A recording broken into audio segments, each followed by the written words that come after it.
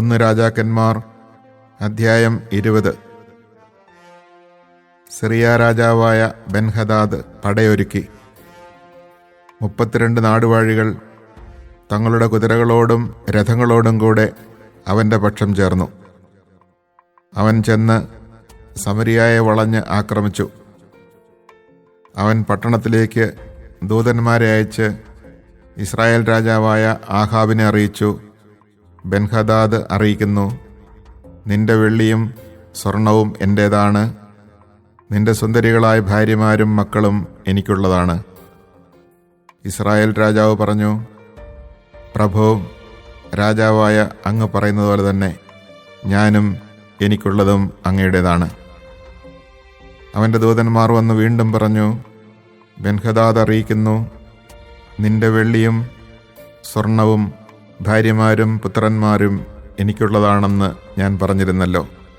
നാളെ ഈ നേരത്ത് ഞാൻ എൻ്റെ സേവകന്മാരെ അയക്കും. അവർ നിന്റെ അരമനയും സേവകന്മാരുടെ വീടുകളും പരിശോധിച്ച് ഇഷ്ടമുള്ളതെല്ലാം എടുത്തുകൊണ്ടുപോരും. അപ്പോൾ ഇസ്രായേൽ രാജാവ് എല്ലാ ശ്രേഷ്ഠന്മാരെയും വിളിച്ചുകൂട്ടി പറഞ്ഞു, ഇതാ ഇവൻ നമ്മെ നശിപ്പിക്കാൻ ഒരുങ്ങുന്നു. അവൻ ദൂതന്മാരെ അയച്ച് എൻ്റെ ഭാര്യമാർ, കുഞ്ഞുങ്ങൾ, വെള്ളി, സ്വർണം ഇവയെല്ലാം ആവശ്യപ്പെട്ടു. ഞാൻ എതിർത്തില്ല. ശ്രേഷ്ഠന്മാരും ജനവും പറഞ്ഞു, അവൻ പറയുന്നത് കേൾക്കരുത്, സമ്മതിക്കുകയുമരുത്. അതിനാൽ ആഹാബ് ബെൻഹദാദിൻ്റെ ദൂതന്മാരോട് പറഞ്ഞു, എൻ്റെ യജമാനനായ രാജാവിനെ അറിയിക്കുക, ഈ ദാസനോട് ആദ്യം ആവശ്യപ്പെട്ടതെല്ലാം ഞാൻ ചെയ്യാം. എന്നാൽ ഇത് സാധ്യമല്ല. ദൂതന്മാർ മടങ്ങിച്ചെന്ന് വിവരമറിയിച്ചു. ബെൻഹദാദ് വീണ്ടും പറഞ്ഞയച്ചു, എൻ്റെ അനുയായികൾക്ക് ഓരോ പിടി വാരാൻ സമറിയയിലെ മണ്ണ് തികഞ്ഞാൽ ദേവന്മാർ എന്നെ കഠിനമായി ശിക്ഷിക്കട്ടെ. ഇസ്രായേൽ രാജാവ് പറഞ്ഞു, ബെൻഹദാദ് രാജാവിനോട് പറയുക, പടയ്ക്ക് മുൻപല്ല പിൻപാണ് വമ്പ് പറയേണ്ടത്. ബെൻഹദാദും നാടുവാഴികളും കൂടാരങ്ങളിൽ കുടിച്ചു മതിക്കുമ്പോഴാണ് ആഹാബിൻ്റെ മറുപടി ലഭിച്ചത്. ഉടനെ അവൻ സൈന്യത്തിന് പുറപ്പെടാൻ ആജ്ഞ നൽകി. അവർ നഗരത്തിനെതിരെ നിലയുറപ്പിച്ചു. അപ്പോൾ ഒരു പ്രവാചകൻ ഇസ്രായേൽ രാജാവായ ആഹാബിനെ സമീപിച്ച് പറഞ്ഞു, കർത്താവ് അരുളി ചെയ്യുന്നു, ഈ മഹാസൈന്യത്തെ നീ കണ്ടില്ലേ? അതിൻ്റെ മേൽ നിനക്ക് ഞാൻ ഇന്ന് വിജയം നൽകും. ഞാനാണ് കർത്താവ് എന്ന് നീ അറിയും. ആഹാബ് ചോദിച്ചു, ആരാണ് പൊരുതുക? പ്രവാചകൻ പറഞ്ഞു, കർത്താവ് കൽപ്പിക്കുന്നു, ദേശാധിപതികളുടെ സേവകന്മാർ യുദ്ധം ചെയ്യട്ടെ. ആഹാബ് ചോദിച്ചു, ആരാണ് തുടങ്ങേണ്ടത്? നീ തന്നെ, പ്രവാചകൻ പ്രതിവചിച്ചു. രാജാവ് ദേശാധിപതികളുടെ സേവകന്മാരെ അണിനിരത്തി. അവർ 232 പേരുണ്ടായിരുന്നു. അവരുടെ പിന്നിൽ 7000 പേർ വരുന്ന ഇസ്രായേൽ സൈന്യം നിരന്നു. അവർ ഉച്ചനേരത്ത് പുറപ്പെട്ടു. അപ്പോൾ ബെൻഹദാദും അവൻ്റെ പക്ഷം ചേർന്ന 32 നാടുവാഴികളും കൂടാരങ്ങളിൽ മദ്യപിച്ച് ഉന്മത്തരായിക്കൊണ്ടിരുന്നു. ദേശാധിപതികളുടെ സേവകന്മാർ ആദ്യം പുറപ്പെട്ടു. കാവൽ സംഘം മടങ്ങിച്ചെന്ന് സമരിയായിൽ നിന്ന് സൈന്യം വരുന്നുണ്ടെന്ന് ബെൻഹദാദിനെ അറിയിച്ചു. അവൻ കൽപ്പിച്ചു, അവർ വരുന്നത് സമാധാനത്തിനാണെങ്കിലും യുദ്ധത്തിനാണെങ്കിലും അവരെ ജീവനോടെ പിടിക്കുവിൻ. ദേശാധിപതികളുടെ സേവകന്മാരും അവരുടെ പിന്നിൽ സൈന്യവും നഗരത്തിൽ നിന്ന് പുറപ്പെട്ടു. ഓരോരുത്തരും തനിക്കെതിരെ വന്നവനെ വധിച്ചു. സിറിയക്കാർ പലായനം ചെയ്തു. ഇസ്രായേൽ അവരെ പിന്തുടർന്നു. സിറിയ രാജാവായ ബെൻഹദാദ് കുതിരപ്പുറത്ത് കയറി ഏതാനും കുതിരപ്പടയാളികളോടൊപ്പം രക്ഷപ്പെട്ടു. ഇസ്രായേൽ രാജാവ് പടക്കളത്തിലെത്തി കുതിരകളും രഥങ്ങളും സ്വന്തമാക്കി. സിറിയക്കാർ കൂട്ടക്കൊലയ്ക്ക് ഇരയായി. പ്രവാചകൻ വീണ്ടും ഇസ്രായേൽ രാജാവിനോട് പറഞ്ഞു, ശക്തി സംഭരിക്കുക, കാര്യങ്ങൾ ശ്രദ്ധയോടെ ആസൂത്രണം ചെയ്യുക. സിറിയ രാജാവ് അടുത്ത വസന്തകാലത്ത് ആക്രമിക്കും. സേവകന്മാർ സിറിയ രാജാവിനെ ഉപദേശിച്ചു, ഇസ്രായേലിൻ്റെ ദേവന്മാർ ഗിരിദേവന്മാരാണ്. അതുകൊണ്ടാണ് അവർ നമ്മേക്കാൾ പ്രബലരായത്. സമതലത്തിൽ വെച്ച് യുദ്ധം ചെയ്താൽ അവരെ നിശ്ചയമായും കീഴടക്കാം. ഒരു കാര്യം കൂടി ചെയ്യണം. നാടുവാഴികളെ സ്ഥാനത്ത് നിന്ന് മാറ്റി പകരം സൈന്യാധിപന്മാരെ നിയമിക്കുക. നഷ്ടപ്പെട്ടത്ര വലിയ സൈന്യത്തെ അണിനിരത്തണം. കുതിരയ്ക്ക് കുതിര, രഥത്തിന് രഥം. നമുക്കവരെ സമതലത്തിൽ വെച്ച് നേരിടാം. നിശ്ചയമായും നമ്മൾ വിജയം വരിക്കും. ബെൻഹദാദ് അവരുടെ അഭിപ്രായം സ്വീകരിച്ച് അങ്ങനെ ചെയ്തു. വസന്തത്തിൽ ബെൻഹദാദ് സിറിയക്കാരെ സജ്ജീകരിച്ച് ഇസ്രായേലിനെതിരെ യുദ്ധം ചെയ്യാൻ അഫേക്കിലേക്ക് പോയി. ഇസ്രായേൽക്കാരും സന്നാഹങ്ങളോടുകൂടി അവർക്കെതിരെ വന്നു. ദേശം നിറഞ്ഞു നിന്ന സിറിയക്കാരുമായി താരതമ്യപ്പെടുത്തുമ്പോൾ 2 ഗണമായി താവളമടിച്ച ഇസ്രായേൽ സൈന്യം ചെറിയ 2 ആട്ടിൻപറ്റം പോലെ തോന്നി. അപ്പോൾ ഒരു ദൈവപുരുഷൻ ഇസ്രായേൽ രാജാവിൻ്റെ അടുത്തെത്തി പറഞ്ഞു, കർത്താവ് അരുളി ചെയ്യുന്നു, കർത്താവ് ഗിരിദേവനാണ്, സമതല പ്രദേശത്തെ ദേവനല്ല എന്ന് സിറിയക്കാർ പറയുന്നതിനാൽ ഞാൻ ഈ വലിയ സൈന്യത്തെ നിന്റെ കയ്യിൽ ഏൽപ്പിച്ചു തരും. ഞാനാണ് കർത്താവെന്ന് നീ അറിയും. സൈന്യങ്ങൾ 7 ദിവസം മുഖാഭിമുഖമായി പാളയങ്ങളിൽ കഴിഞ്ഞുകൂടി. 7-ാം ദിവസം യുദ്ധം തുടങ്ങി. ഇസ്രായേൽക്കാർ ഒറ്റ ദിവസം കൊണ്ട് 1,00,000 സിറിയൻ ഭടന്മാരെ വധിച്ചു. അഫേക്ക് നഗരത്തിലേക്ക് പലായനം ചെയ്ത ശേഷിച്ച 27,000 ഭടന്മാരുടെ മേൽ പട്ടണത്തിൻ്റെ മതിൽ ഇടിഞ്ഞു വീണു. ബെൻഹദാദ് നഗരത്തിലെ ഒരു ഉള്ളറയിൽ ഓടിയൊളിച്ചു. സേവകന്മാർ അവനോട് പറഞ്ഞു, ഇസ്രായേൽ രാജാക്കന്മാർ ദയയുള്ളവരാണെന്ന് ഞങ്ങൾ കേട്ടിട്ടുണ്ട്. ചാക്കുടുത്ത് തലയിൽ കയറ് ചുറ്റി ഇസ്രായേൽ രാജാവിൻ്റെ അടുത്തേക്ക് പോകാൻ ഞങ്ങളെ അനുവദിക്കുക. അവൻ അങ്ങയുടെ ജീവൻ രക്ഷിച്ചേക്കാം. അവർ ചാക്കുടുത്ത് തലയിൽ കയറ് ചുറ്റി ഇസ്രായേൽ രാജാവിനെ സമീപിച്ച് പറഞ്ഞു, തൻ്റെ ജീവൻ രക്ഷിക്കണമെന്ന് അങ്ങയുടെ ദാസൻ ബെൻഹദാദ് യാചിക്കുന്നു. ആഹാബ് പ്രതിവചിച്ചു, അവൻ ഇപ്പോഴും ജീവിച്ചിരിപ്പുണ്ടോ?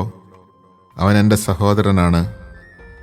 ബെൻഹദാദിൻ്റെ സേവകന്മാർ ഒരു ശുഭലക്ഷണം കാത്തിരിക്കുകയായിരുന്നു. സഹോദരൻ എന്ന് ആഹാബ് പറഞ്ഞപ്പോൾ അവർ അത് ശുഭലക്ഷണമായി എടുത്തു പറഞ്ഞു, അതെ, അങ്ങയുടെ സഹോദരൻ ബെൻഹദാദ്.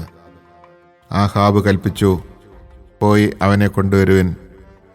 ബെൻഹദാദ് വന്നപ്പോൾ ആഹാബ് അവനെ തന്നോടൊപ്പം രഥത്തിൽ കയറ്റി. ബെൻഹദാദ് ആഹാബിനോട് പറഞ്ഞു, എൻ്റെ പിതാവ് അങ്ങയുടെ പിതാവിൽ നിന്ന് പിടിച്ചെടുത്ത പട്ടണങ്ങൾ ഞാൻ മടക്കിത്തരാം. എൻ്റെ പിതാവ് സമറിയായിൽ ചെയ്തതുപോലെ അങ്ങ് ദമാസ്കസിൽ കച്ചവട കേന്ദ്രങ്ങൾ സ്ഥാപിച്ചാലും. ആഹാബ് പ്രതിവചിച്ചു, ഈ കരാർ അനുസരിച്ച് നിന്നെ വിട്ടയക്കുന്നു. അവൻ ഒരു ഉടമ്പടി ചെയ്ത് ബെൻഹദാദിനെ വിട്ടയച്ചു. പ്രവാചക ഗണത്തിൽപ്പെട്ട ഒരുവൻ മറ്റൊരുവനോട് എന്നെ അടിക്കുക എന്ന് കർത്താവിൻ്റെ കൽപ്പന അനുസരിച്ച് ആവശ്യപ്പെട്ടു. അവൻ വിസമ്മതിച്ചു.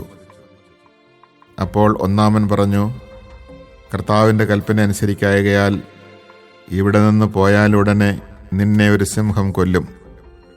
അവൻ പുറപ്പെട്ട ഉടനെ ഒരു സിംഹം എതിരെ വന്ന് അവനെ കൊന്നു. അവൻ വേറൊരാളെ സമീപിച്ച് പറഞ്ഞു, എന്നെ അടിക്കുക. അവൻ അടിച്ച് മുറിവേൽപ്പിച്ചു. അതിനുശേഷം പ്രവാചകൻ അവിടെ നിന്ന് പോയി.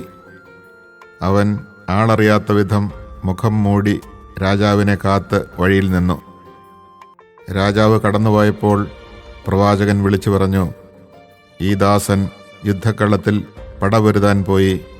അപ്പോൾ ഒരു പടയാളി ഒരാളെ എൻ്റെ അടുത്ത് കൊണ്ടുവന്ന് പറഞ്ഞു, ഇവനെ കാത്തുകൊള്ളുക. ഇവൻ രക്ഷപ്പെട്ടാൽ പകരം നിന്റെ ജീവൻ കൊടുക്കേണ്ടി വരും, അല്ലെങ്കിൽ 1 താലന്ത് വെള്ളി ഈടാക്കും. എന്നാൽ അങ്ങയുടെ ഈ ദാസൻ പല കാര്യങ്ങളിൽ വ്യാപൃതനായിരുന്നതിനാൽ അവൻ രക്ഷപ്പെട്ടു. ഇസ്രായേൽ രാജാവ് പറഞ്ഞു, നീ നിശ്ചയിച്ച വിധി തന്നെ നിനക്ക് ഇരിക്കട്ടെ. അവൻ തൽക്ഷണം മുഖം മൂടിയിരുന്ന തുണി അഴിച്ചു മാറ്റി. പ്രവാചകന്മാരിൽ ഒരുവനാണ് അവനെന്ന് ഇസ്രായേൽ രാജാവിന് മനസ്സിലായി. പ്രവാചകൻ രാജാവിനോട് പറഞ്ഞു, കർത്താവ് അരുളി ചെയ്യുന്നു, ഞാൻ നശിപ്പിക്കാൻ ഒഴിഞ്ഞിട്ടിരുന്നവനെ നീ വിട്ടയച്ചു. എന്നാൽ അവൻ്റെ ജീവന് പകരം നിന്റെ ജീവനും അവൻ്റെ ജനത്തിന് പകരം നിന്റെ ജനവും എടുക്കപ്പെടും. ഇസ്രായേൽ രാജാവ് ദുഃഖാകുലനായി സമറിയയിലെ കൊട്ടാരത്തിലേക്ക് മടങ്ങി. Chapter 20. Ben-Hadad, king of Aram, gathered all his forces, and accompanied by 32 kings with horses and chariotry, proceeded to invest and attack Samaria. He sent couriers to Ahab, king of Israel, within the city, and said to him, "This is Ben-Hadad's message. Your silver and gold are mine, and your wives and your promising sons are mine." The king of Israel answered, "As you say, my lord king, I and all I have are yours." But the couriers came again and said, "This is Ben-Hadad's message. I sent you word to give me your silver and gold, your wives and your sons. Now, however, at this time tomorrow I will send my servants to you, and they shall ransack your house and the houses of your servants. They shall seize and take away whatever they consider valuable." The king of Israel then summoned all the elders of the land and said, "Understand clearly that this man wants to ruin us. When he sent to me for my wives and sons, my silver and my gold, I did not refuse him." All the elders and all the people said to him, "Do not listen, do not give in." Accordingly he directed the couriers of Ben-Hadad, "Say to my lord the king, I will do all that you demanded of your servant the first time, but this I cannot do." The couriers left and reported this.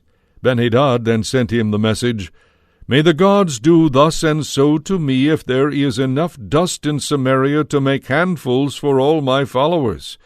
The king of Israel replied, "Tell him, it is not for the man who is buckling his armor to boast as though he were taking it off." Ben-Hadad was drinking in the pavilions with the kings when he heard this reply. "Prepare the assault," he commanded his servants, and they made ready to storm the city. Then a prophet came to Ahab, king of Israel, and said, "The Lord says, Do you see all this huge army? When I deliver it up to you today, you will know that I am the Lord." But Ahab asked, "Through whom will it be delivered up?"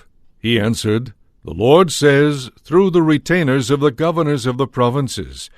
Then Ahab asked, "Who is to attack?" He replied, "You are." So Ahab called up the retainers of the governors of the provinces, 232 of them. Behind them he mustered all the Israelite soldiery, who numbered 7,000. They marched out at noon, while Ben-Hadad was drinking heavily in the pavilions with the 32 kings who were his allies. When the retainers of the governors of the provinces marched out first, Ben-Hadad received word that some men had marched out of Samaria. He answered, "Whether they have come out for peace or for war, in any case take them alive." But when these had come out of the city, the soldiers of the governors of the provinces with the army followed them. Each of them struck down his man. The Arameans fled with Israel pursuing them, while Ben-Hadad, king of Aram, escaped on a chariot steed. The king of Israel went out, took the horses and chariots, and inflicted a severe defeat on Aram.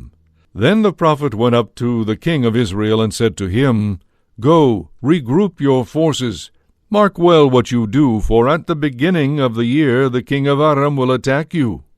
On the other hand, the servants of the king of Aram said to him, "Their gods are gods of mountains. That is why they defeated us. But if we fight them on level ground, we shall be sure to defeat them.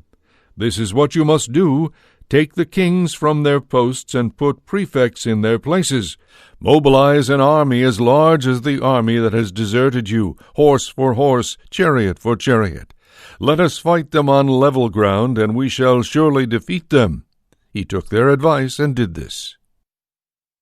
At the beginning of the year, Ben-Hadad mobilized Aram and went up to Aphek to fight against Israel. The Israelites too were called to arms and supplied with provisions. Then they went out to engage the foe. The Israelites, encamped opposite them, seemed like a couple of small flocks of goats, while Aram covered the countryside. A man of God came up and said to the king of Israel, "The Lord says, because Aram has said, the Lord is a God of mountains, not a God of plains, I will deliver up to you all this large army, that you may know I am the Lord." They were encamped opposite each other for 7 days. On the 7th day battle was joined. and the Israelites struck down 100,000 foot soldiers of Aram in one day. The survivors, 27,000 of them, fled into the city of Aphek, and there the wall collapsed. Ben-Hadad too fled and took refuge within the city in an inside room. His servant said to him, "We have heard that the kings of the land of Israel are merciful kings. Allow us therefore to garb ourselves in sackcloth with cords around our heads and go out to the king of Israel. Perhaps he will spare your life." So they dressed in sackcloth, girded at the waist, and wearing cords around their heads, they went to the king of Israel. "Your servant Ben-Hadad pleads for his life," they said. "Is he still alive?" the king asked. "He is my brother." Hearing this as a good omen, the men quickly took him at his word and said, "Ben-Hadad is your brother." He answered, "Go and get him." When Ben-Hadad came out to him, the king had him mount his chariot. Ben-Hadad said to him, "I will restore the cities which my father took from your father, and you may make yourself bazaars in Damascus, as my father did in Samaria." "On these terms," Ahab replied, "I will set you free." So he made an agreement with him and then set him free. One of the guild prophets was prompted by the Lord to say to his companion, "Strike me!" But he refused to strike him. Then he said to him, "Since you did not obey the voice of the Lord, a lion will kill you when you leave me." When they parted company, a lion came upon him and killed him. The prophet met another man and said, "Strike me." The man struck him a blow and wounded him. The prophet went on and waited for the king on the road, having disguised himself with a bandage over his eyes. As the king was passing, he called out to the king and said, "Your servant went into the thick of the battle, and suddenly someone turned and brought me a man and said, 'Guard this man. If he is missing, you shall have to pay for his life with your life, or pay out a talent of silver.' But while your servant was looking here and there, the man disappeared." The king of Israel said to him, "That is your sentence. You have decided it yourself." He immediately removed the bandage from his eyes, and the king of Israel recognized him as one of the prophets. He said to him, "The Lord says, because you have set free the man I doomed to destruction, your life shall pay for his life, your people for his people." Disturbed and angry, the king of Israel went off homeward and entered Samaria.